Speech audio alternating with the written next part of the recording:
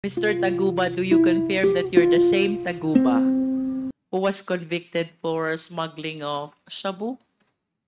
Yes, Your Honor.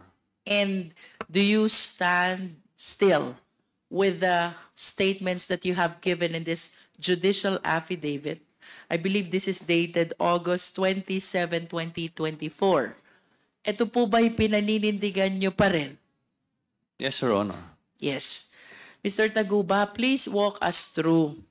Bago po ba kayo na-involve dito sa kasong ito? Nasaan po kayo? Anong ginagawa nyo? Please start with EMT. What is EMT? EMT Trading, for Your Honor, is a consignee for hire. So, pinagagamit nila yung consignee nila for a royalty fee. So, nakilala ko yung si Irene May Tatad dun sa kanyang parang ano yata niya.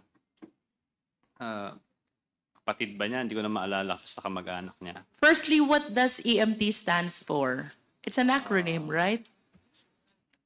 Yes, Your Honor. What does it stand for?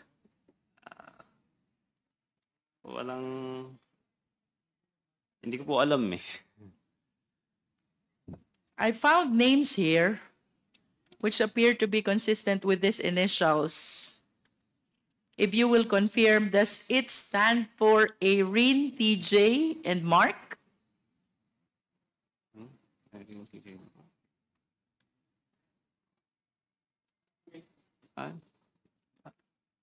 I don't think so, Your Honor. But do you confirm that TJ and Irene used to be your partners?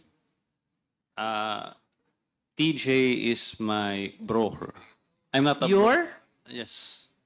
We have hindi po ako broker kasi yun ang binabansag sa akin sa media na ako ay customs broker, nagpakilala akong customs broker. Ang negosyo ko po is talaga tracking. So, si TJ yung broker. Siya po talaga yung sign, siya po yung mas nakakaalam sa proseso sa customs. TJ is the broker, you are the tracker. Yeah. Si Irene po. Si Irene May Tatad naman, siya po yung consignee. Do you work together? Si TJ, kasi ano ko siya eh. Sa kanya ako nagre-refer, nagtatanong. Pagka may nagtatanong sa akin na client tungkol sa mga parating nila, tatanong ko sa kanya. Si Irene naman, royalty fee lang talaga siya eh.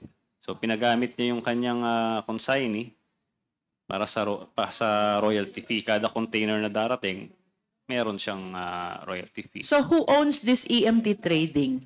Si Irene May Tatad po. Si Irene. Opo. And then you and TJ just work with her, without necessarily being partners with that EMJ trading, EMT trading. Yes, Your Honor. Tama po.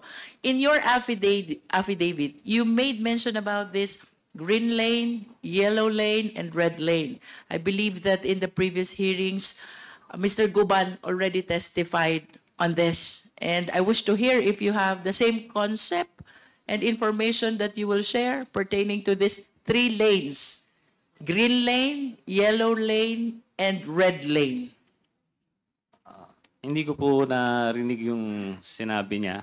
So, green lane yun, hindi na siya subject for inspection. No physical inspection and no document inspection as well. That is green lane. Yellow lane, kung di po ako nagkakamali, sa document lang.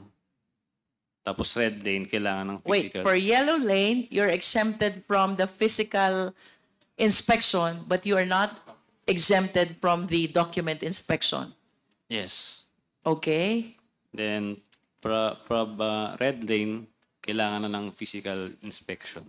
And of course, if I am the shipper or the importer, I would want that my shipment be always released through the green lane. Kasi dun mabilis. Walang inspection ng shipment, walang inspection ng document. How do I avail of this green lane? ako po talaga hindi ko yung paano talaga makapunta dito sa green lane. Pero nung time ko kasi, yun nga, nagbigay kami ng tama ba? Are you saying, Mark, that you never experienced using this green lane?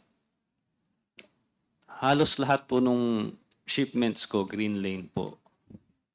And that is because you submitted to the TARA system. Yes. Tama po ba? Opo. So, ibig sabihin for a time being, lahat ng mga pinaparelease mong shipment, walang physical inspection, walang document inspection, what is the consideration involved? Yun po, may TARA system po sa BOC. And how does TARA system work? So, weekly, magbibigay ka kada container na re-release mo, napaparating mo. Is it per container or per value of what is inside the container? Per container. Per container. Opo. How much per container? Iba-iba po kasi. So, iba-ibang Iba-iba depending on? iba-ibang departamento. So, nakalagay po dito yun. May mga text messages po ako. Mga Yes, screenshots. you mentioned a lot of offices. Can you please enlighten us on this? Anong mga opisina kailangang magbigay? Tama ba yung tanong ko, Mark? Opo. And that is what TARA system is all about? Yes, Your Honor. So, What offices are you referring to here? So, tinitignan ko po itong affidavit ko. Ito lang yung mga naalala ko. IG, ESS, Collector, CIIS. Alam ko na You mentioned in breakdown ko na to. paragraph 15 of your affidavit, MICP, SSPDC, COMSEN, CIIS, CIIS District, IPRD, IG, ESS, ESS District, FED, AOCG, and IAS. If you total the token that you will be giving to all these offices for one container, Mark, magkano yun? May breakdown po kasi ako nito dati. Your At Honor, least the approximate amount. Are you trying to tell us na kada office iba yung amount? yes, Your Honor, iba. I see. But you can at least give us an approximate amount. The total amount that you give for one container to cover all these offices. I believe these are 11 or 12 offices. Matagal na po kasi pero naalala ko po kasi lahat po kasi ng container ko, uniform po yung ano niya yung Flat rate. binabayad. So, 170,000 Per container. per container. So, kailangan ko pong, kasi kagabi lang po yung yung, kagabi ko lang nalaman na pupunta ako dito. Nagulat po kasi ako. I understand. Hindi ako handa. Can you give us an approximate number of containers na napaparating mo in a month? Sa isang linggo, maabot ako ng 100 Wow. na container. That's 1 week only? Opo.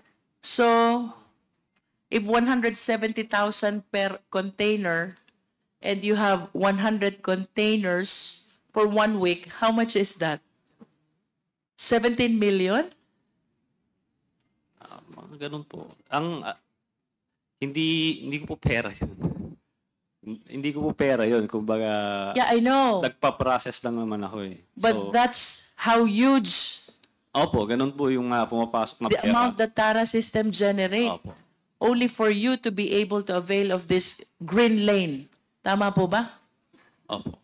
And I wish to emphasize that here you are, you're just one person facilitating the release. Yes, Sir Honor. Mga ilan ho ba yung nagfa-facilitate ng release? Marami po kami. In a day, can you give us an approximate number? Ilan po yung nagfa-facilitate ng release? Alam ko po, nagbigay rin si Senator Lacson ng kanyang sariling flowchart. So, based doon, parang, basta sobrang dami namin, siguro mga 500 containers sa mga ganun niya. Ang nakikita ko, sa base sa kanyang, nilabas na report sa isang linggo. Parang, And of course, Mr. Taguba, you will agree with me if I would say that the Philippine government is losing a lot of money because of this green lane, because it deprives the government the opportunity to assess correctly the shipment or importation. yes, Your Honor. Tama? Yes. Mr. Chair, I know that I have manifested this concern before during our, I believe, hearing on Dangerous Drugs Committee. But I wish to reiterate, Mr. Chair, that I believe it is high time we revisit the charter of the Bureau of Customs. Should I make a motion, Mr. Chair? At the moment, I was informed that I think the Quintacom is looking into proposing some amendments into the charter of the Bureau of Customs. And if there are any observations or any information that we can share with the Quintacom, I guess the Quadcom will do that, Your Honor. Thank you, Mr. Chair. Mr. Taguba, you also mentioned in your affidavit that for quite some time, wala kang nare-receive na alert on your shipment. Tama? Yes, Your Honor. And I suppose that that is because of the TARA system to which you submitted yourself. Yes, Your Honor. However, after some time, biglang nakaka-receive ka na ng alert. Yes, Your Honor. In other words, nagkakaproblema yung release ng mga shipment mo. Yes, Your Honor. What did you do? Minsan, ang ginagawa lang nila yan para, kasi pagka may alert, pupunta ka sa kanila, aaregluhin mo. So parang form lang ng additional na bayad sa kanila.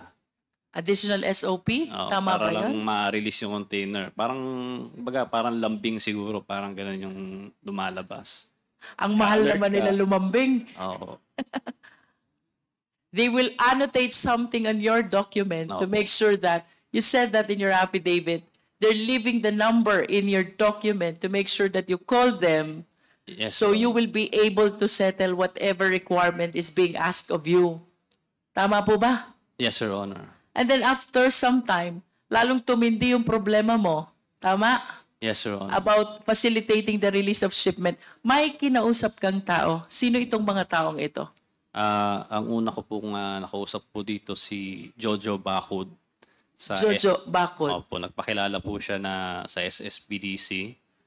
Tapos pinakilala niya ako dun sa Davao Group. Sila Tita Naning yan, sila Jack, sila Noel. Silang apat yung mga minute ko. Sinabi How many niya, times did you visit Davao City during that time that you're trying to seek help about the release of your shipment? isang beses lang po. Isang beses lang. And the purpose of you traveling to Davao City is what? Kasi pinapunta nila ako dun eh. For what Wala purpose? na naman akong, sabi nila, kailangan ko raw magbigay ng tuition fee. Ganyan. Tuition fee. Yes. So, yun yung kanilang ginamit na word. Tuition fee. And what is the purpose of this tuition fee? Ayun, para ma-accept daw ako sa grupo nila. Tapos, every week, magbibigay ako sa kanila ng pera. With your admission in this group that you are referring to, what representation did they give you in relation to the challenges that you are experiencing with regards to the release of your shipment? Unang-una, nagbigay ako sa kanila. Nagpunta akong Davao, so binigay ko yung pera kay Small. So, How much is that money? 5 million. 5 million. What is the So- purpose of you giving that 5 million to Small? Yun yung sinabi nila sa akin, ibigay yung 5 million. Susunduin Anong ka dyan ni Jack. kapalit? Anong kapalit ng 5 million na yon? Why are you giving Small 5 million? Yun nga, para mapapasok na daw sa Davao Group, kasi kung hindi ka kasama sa kanila, i-alert nila yung mga containers mo. So, hindi ka makakapag-transaction sa Bureau of Customs. So, sa pagkakaintindi ko, lahat ng players ginawa yun. Kailangan By lahat ng players, are you referring to all people who are engaged in facilitating release of shipment? Yun ba ibig sabihin mo? Yung po mga pinakita ni Senator Lacson noon, sila Kimberly, yan, sila Tevez, yan, sila Manny Santos, yung mga players yan eh. So, yun yung ibig ko sabihin, kailangan nilang magbigay doon sa Davao Group. Yun yung pagkakaintindi ko. Kasi kung parang sila na yung bagong customs eh. Kailangan mo sa kailangan dumaan lahat eh. Ginawa kasi nila, binago uli nila yung sistema, nagkaroon ng command center. So, parang sila na lang yung pwedeng mag-alert. Nasaan po itong command center na binabanggit nyo? Sa customs po yun. Sa loob? Oo, ginawa nilang, yun eh, nung time lang ni Faeldon yun eh, ni Commissioner Faeldon. Is Commissioner Faeldon still here? So you were saying they established this command center right inside the Bureau of Customs, which has the control over alerting whichever shipment they want? Yes. Sila lang, pagkakaalala ko, sila lang yung nakakapag-alert na nun. By sila, who are you referring to? Yung command center, yung ComCen. And who are these people behind this command center, Mr. Taguba? Nakalimutan ko na yung... Na-invite din siya sa Senate Blue Ribbon Committee nun eh.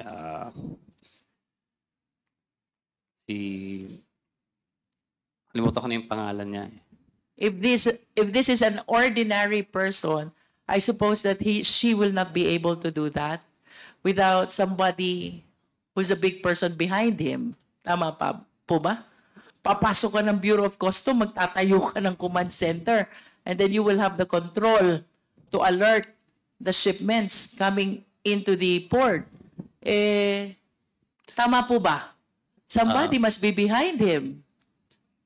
Yes, Your Honor. Pero pagkakaalam ko, sila Commissioner Faeldon yung gumawa nun eh. Parang hindi naman siya, parang legal na, sa legal, meron bang yun eh. You cannot tell whether it is legal or illegal. Yes. Kasi yung ibang mga IG, EG, medyo humina na yung authority nila dahil nga yung command center na lang yung nagko-control ng mga alerts. I see. And after this payment of 5 million to Small, ano pong nangyari na doon sa mga transaction nyo? Sa shipment nyo sa BOC? So, noong una naayos siya, maganda. Pagkaraan, nagkaroon uli ng problema. Tapos, ni-refer na naman nila ako, itong sila Tita Nani. Pinakilala naman nila ako doon kay Big Brother. Yun nga, si Allen Kapuyan. Pinakilala, nakamit ko siya. So, yun, pinakilala nila ako sa kanya. Siya na raw ang bagong under ko na naman. So, hindi na rin ako sigurado sa ginagawa nila, pero nung kay Big Brother naman, naayos din yung shipment. Hanggang sa dumating naman yung problema na ito, yung kinakaharap ko ngayong kaso, na nangyaring raid sa Valenzuela. Ayun, doon na po natapos yung... Are you referring to the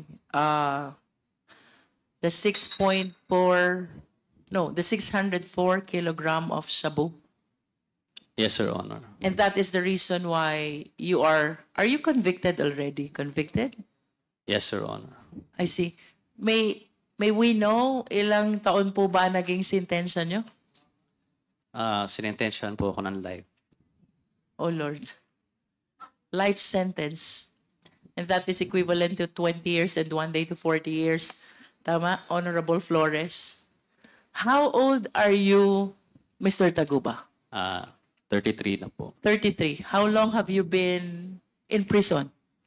6 years. 6 years. Ibig sabihin, nag-umpisa ka makulong 27 years old. Yes, Your Honor. Tama. And if we can bring back those days, anong gagawin mo to be able to avoid this very sad fate that you're going through right now? Siguro hindi ko na pinasok sana tong ano. Sana sa iba ka na lang nagtrabaho, ano? Opo. Pero, Is that your honest belief? Sana sa iba ka na lang nagtrabaho. yes. You are so young. Tsaka very unfair yung nangyari talaga sa na-convict ako na ganito. Okay, let us hear you. Why are you saying that this is very unfair? Unang-una, lokohan lang yung kaso. Nung nag-imbestiga sa NBI, preliminary investigation, lahat po ng dinaanan ng kargamento, kinasuhan. So hanggang sa pinakataas, hanggang sa pinakababa. So ang kaso sa amin is conspiracy. Pero nagawa nila ng paraan na pwedeng conspiracy nga siya pero matatanggal yung mga matataas na tao tulad nila Commissioner Faildon at kami may iwan. So inilaban namin sa korte yun na bakit ganon. Ang naging ano ko nang laman, partisipasyon is nagproseso ng dokumento at may tracking, nideliver dun yung container. So, sabi ng korte, hindi kailangan na alam mo yung laman, no? Kasi mala prohibita. Okay? So, paano naman yung iba? Yung mga shipping lines, lahat-lahat, mga examiner. So, nagawa nila ng paraan, parang legal acrobatics, di ba? Na kabilang yung tamaan na dapat hindi. No? So, pero ngayon, nilalabanan pa rin namin sila ng patas. So, Do you have a pending appeal? may apela po kami. It's with the Court of Appeals or the Supreme Court already? Motion po kami ng inhibit. Nung tinamaan po ako, nag-inhibit po kami do sa judge. Tapos, para ibang judge yung mag-decide ng motion for reconsideration. So it's still with the Court of Origin. Nasa Regional Trial Court pa rin. May Yes, sir. pending motion for reconsideration. Tapos, finailan nyo ng motion for inhibition yung presiding judge. Yes, Your Honor. In other words, you believe that you were not able to get a fair decision. Yes, During very, the very hearing. unfair. Oo. May we know, Mr. Taguba, who were originally indicted bago na-exclude yung sinasabi mo from the case? How many were you? Ilan kayo yung original na nakahabla? Napakarami po namin eh. Kasi naalala ko noon, no, nasa NBI pa kami, nag-representa doon sa preliminary investigation. Ang dami po namin nagbibigay ng affidavit. Nandoon po sila Commissioner Faildon, nandoon po sila Neil Estrella, Joel Pinawin.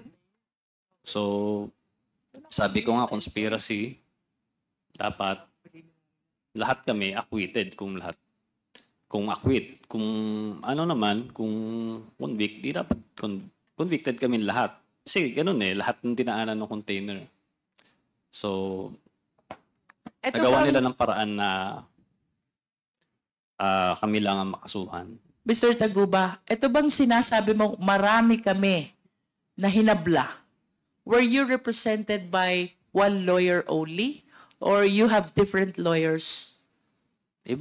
Iba-ibang lawyer po. Iba-iba. Opo. Ibig sabihin yung defenses nyo, iba-iba din. Opo. Depende sa strategy ng mga lawyers na humawak sa inyo, no? Opo.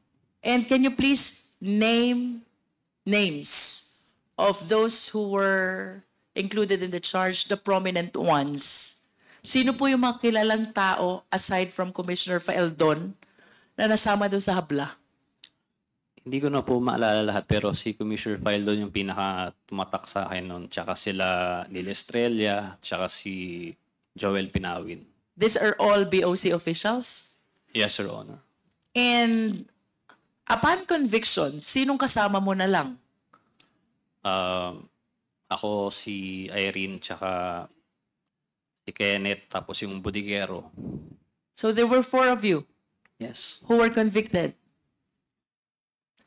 Budigero, the tracker, the broker, and the other one is the facilitator of your document. Kasama ba si Irene? Yes, Your Honor. And all the BOC officials were excluded from the charge. Yes, Your Honor. At saka, tingin ko yun din yung dahilan. Kaya, siyempre, pag lumalabas sa balita, laging customs broker Mark Taguba. So, sa mga hindi nakakaintindi, siyempre, pagka narinig mo yung customs, di may tinamaan na tatrabaho sa customs. So, gumagana yung natin, justice system natin. Walang BOC official na nakasama. Wala, kahit isa. All of you were private individuals. Yes, Your Honor. Who was able to apprehend this shipment? Sino pong nakahuli nito? Ang nakahuli nito, nakakatawa po kasi yung warehouse po, si Chen Julong, may-ari po noon, wala na po ata sa bansa eh. Kasi hindi po siya nakakulong, hindi po siya nakulong kailanman. Ang nanghuli po nito, sila Neil Estrella, sila Commissioner File doon, tsaka sila Joel Pinawin.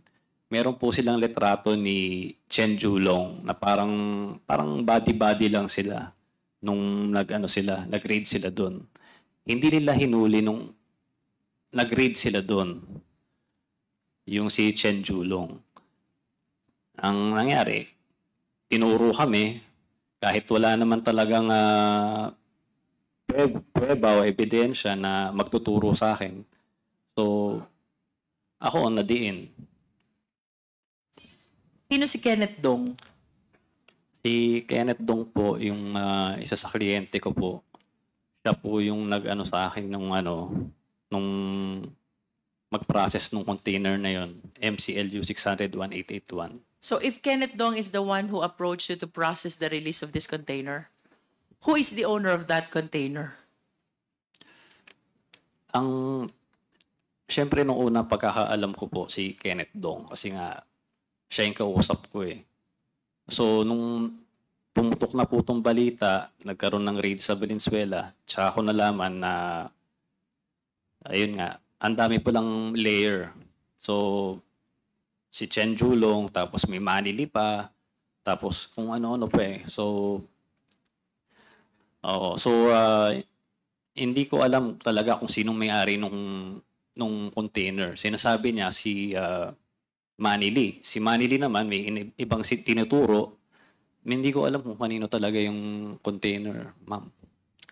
But you were saying that the shipment was seized during the time that it was already in the warehouse. Yes, Your Honor. Who owns the warehouse? Si Chen Julong.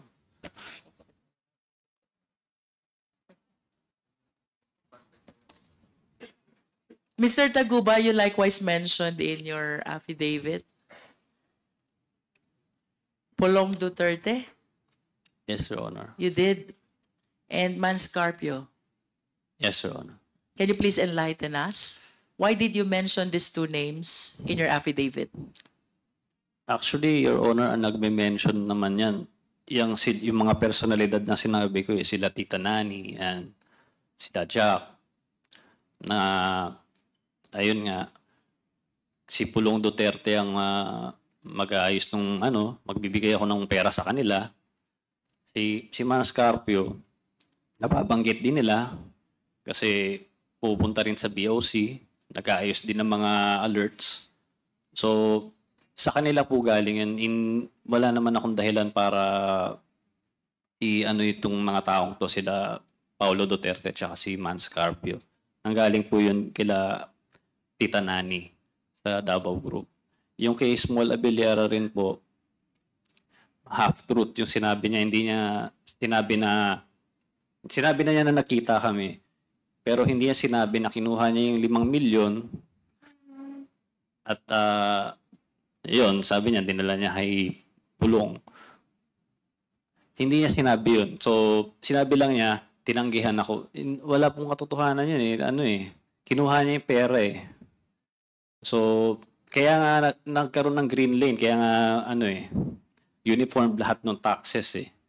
So, siguro naman hindi mangyayari yun kung hindi totoo. Wala rin naman po akong kakayahan. Hindi naman po ako nagtatrabaho sa BOC. Hindi ko naman alam po yung mga kung anong ginagawa nila dyan sa computer para mangyari yun. So, wala po akong kakayahan kung ako lang po. So, ang akin lang, nagbigay ako dahil gusto ko lang makapagtrabaho. Your personal appreciation, Mr. Taguba, who among those several indicted ang naniniwala kang involved talaga dyan sa 604 kilogram of shabu contained in the metal cylinder? Do you believe that Commissioner Faeldon is involved? Wala po akong personal knowledge dun sa mga ganyan eh. Kasi ang... In other words, to this state, wala kang alam kung sino talagang may-ari. Wala po. Kasi nga po, yung pag-raid nila doon, kalokohan nga po eh. Ni-raid nila, kinuha nila yung na-assist nila yung shabu, pero wala po silang kinasuhan. Yung warehouse, yung may-ari ng warehouse, hanggang ngayon, wala. Ewan kung nasa na siya, nasa China na raw o ano. But do you know for a fact that there were shabu which were seized during the time? Yes, sinabi kasi nabalitaan ko sa TV. So, tapos biglang tumawag sa akin si Kenneth Dong. Sabi niya, oy, may mga na-seize na shabu doon daw sa container na pinrocess natin yung nanggaling. So, syempre, nagulat ako. Tapos, ayun, yun na doon nagsimula yung yung problema. Mr. Taguba, I can feel your agony, and if the owner of that shipment is listening to you, would you like to give a message to him? Oh.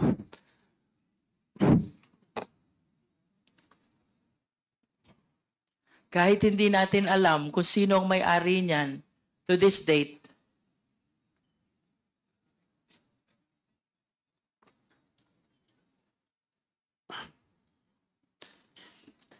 you lost already 6 years of your life. You're so young. You haven't lived your life to the fullest, and yet you are in that situation.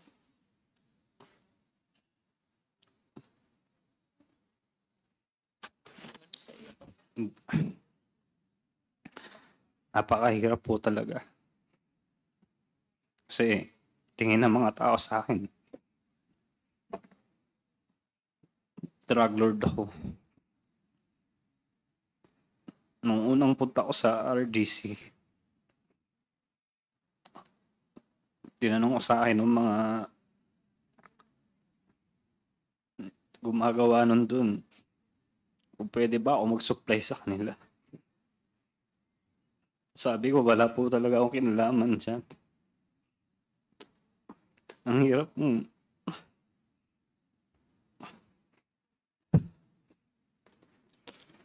Buti sana kung ginawa ko talaga eh. Ang hirap po talaga. Kung meron man akong kasalanan, yun po yung sa TARA system. Totoo naman po lahat yun. Nagsabit po ako sa simula pa lang ng Senate hearing. Nag-cooperate na ako. Nag-request pa ako ng executive session. Binigyan pa ako ng Sergeant at Arms. Yung mga nilabas si Senator Lacson noon, hindi ko naman po kilala si Senator Lacson eh. Sarili niyang investigasyon yun eh. Mga nilabas siyang flowchart. Yun lang naman ang kasalanan ko. Di kasuhan nila ako tungkol doon. Pero hindi ako kailan man nagkaroon ng kahit anong kaso tungkol sa bribery. Kahit perjury nga lang, hindi nila ginawa eh. Siguro dahil takot sila. Palibasa, pinagte-text nila ako eh. Lahat ng text ko, binigay ko sa Senator Lacson. Pina-forensics pa niya sa Camp Crame. Meron pa akong certificate doon. Pero yung shabu, hindi ko po talaga ginawa yan. Hindi ko po gagawin yan kailanman. Mark, you mentioned in your affidavit that you applied to become a state witness. When was this? Nung na-mention ko po kasi si Pulong,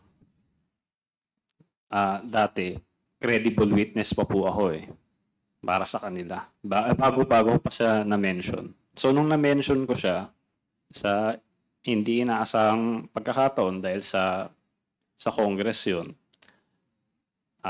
bata pa po ako at sabi nyo nga, hindi ko naman alam i-handle yung situation na yun. So nabanggit ko siya. Lahat ng pangaharas ginawa nila sa akin. Tinanggalan pa ako ni Senator Gordo ng Sergeant at Arms. Pagkatapos kong pagtuturo lahat ng mga taga-BOC na tumatanggap ng tara sa akin. So parang pinabayaan na niya ako para mamatay. So nag-request ako kay Attorney Fortune na pakisabi na lang na mag-press conference na humihingi ako ng tawad kay Vice Mayor noon na Pulong Duterte. So, pagkatapos noon, so yun yung parang tingin ng tao na nag-recant ako, hindi nila alam yung totoong nangyari na grabing pangharas sa amin. Pati nanay ko, balak nilang patayin. So, the day after yata nun, tumawag hindi ako nagkakamali, kinontak niya si Attorney Raymond Fortune, kinontak ni Senator Lacson para pumunta sa opisina niya sa BGC. Tapos nung nandun kami, tinanong niya ako bakit ginawa ko yun. Sinabi ko nga dahil nga puro nga mga death threat yung natatanggap ko. So, tapos tinanggalan pa ako Sergeant at Arms. Sabi niya sa akin, tutulungan niya mabalik yung Sergeant at Arms ko. At baka pwede rin mailagay akong state witness. So, naibalik yung Sergeant at Arms ko nun. Pero yung state witness, hinarang ni Senator Gordon. Kaya, ngayon, walang nakasuhan na customs, ako lang ang nakasuhan. Ang kinonvict nila sa akin na kaso itong drugs na to, wala talaga akong kinalaman. Yung mga bagay na may mga ebidensya, yung ginawa namin ng presentation ni Senator Lacson noon, yun yung mga taong walang kaso. Mga na-promote pa, narinig ko kay, dito, kay Jimmy. So, ganun yung naging justice dito sa Pilipinas. Ayun nangyari sa amin. Is it not that the reason why your application for state witness was denied is because you recanted your statement against Pulong Duterte and Mans Carpio? Mr. Chair? Mr. Chairman, just an interjection, just full disclosure. Mr. Mark Taguba is a witness, one of the witnesses in my illegal drug smuggling case against Mr. Pulong Duterte and Small Abiliera and the others. And right now, Where is that pending, Senator? it's pending with the DOJ. It's still pending. It's due for preliminary investigation yet. Yes, ma'am. And as for his status as for the inclusion in the witness protection program, it's also pending, Mr. Chairman, and right now, I got word from his lawyer that he is receiving threats right now from some people involved in the case, and that's why I'm going to plead on his behalf that he would be temporarily transferred into the detention facility of the House of Representatives, just so we can protect him, Mr. Chairman. Mr. Chairman. Anyway, Mr. Chairman, Congressman Paduano. the manifestation of former Senator Trillanes with regards to the request. No, I also personally talked to Mark Taguba just a few minutes ago. Mr. Chairman, we will just discuss it on the admin matters. Thank you, Mr. Chairman. Liwanagin ko lang, Mr. Chair. Of course, you testified before the Senate, no? Where you implicated Pulong Duterte and Mans Carpio. That is your first testimony. In first testimony po sa Senate, Yeah. Tama ba? That is your first testimony. ang first testimony ko po sa Senate, yung Tara system po. Yeah. But when did you start implicating Pulong Duterte and Mans Carpio? Sa Congress na po yun. Congressional hearing po. Oh, so there was an investigation also with the HOR. Yes. Okay. Cleared it. And then, after experiencing all those harassments that you mentioned, you recanted what you said before the House of Representatives. Yes, Your Honor. Tama. So this will be your third. Third, And as far as the implication of Pulong Duterte and Mans Carpio are concerned, this is your third testimony. Your Honor, as far as I'm concerned, wala naman nagbago dito sa sinabi ko dito. Sa Yeah. iba. But there, you mentioned having recanted what you said in the first investigation because you're experiencing already a lot of harassments. Tama ba yun? Rika, wala po akong nirecant sa affidavit ko na kila Pulong Duterte po In ba? other words, your testimony has been similar to this since the HOR investigation until your application as state witness was denied and Yes. up to this time that you're appearing before the Quad. Wala nagbabago. Wala pong nagbago, Your Honor. I understand. Mr. Chair, Mr. Chairman. Senator Trillanes. I was part of those who investigating in the Senate, and he during that press conference he just apologized to Pulong Duterte. He never recanted, and we clarified that in his next appearance in the Senate, Mr. Chairman, whether he is recanting anything from his earlier testimony. He replied in the negative, Mr. I have nothing further, Mr. Chair.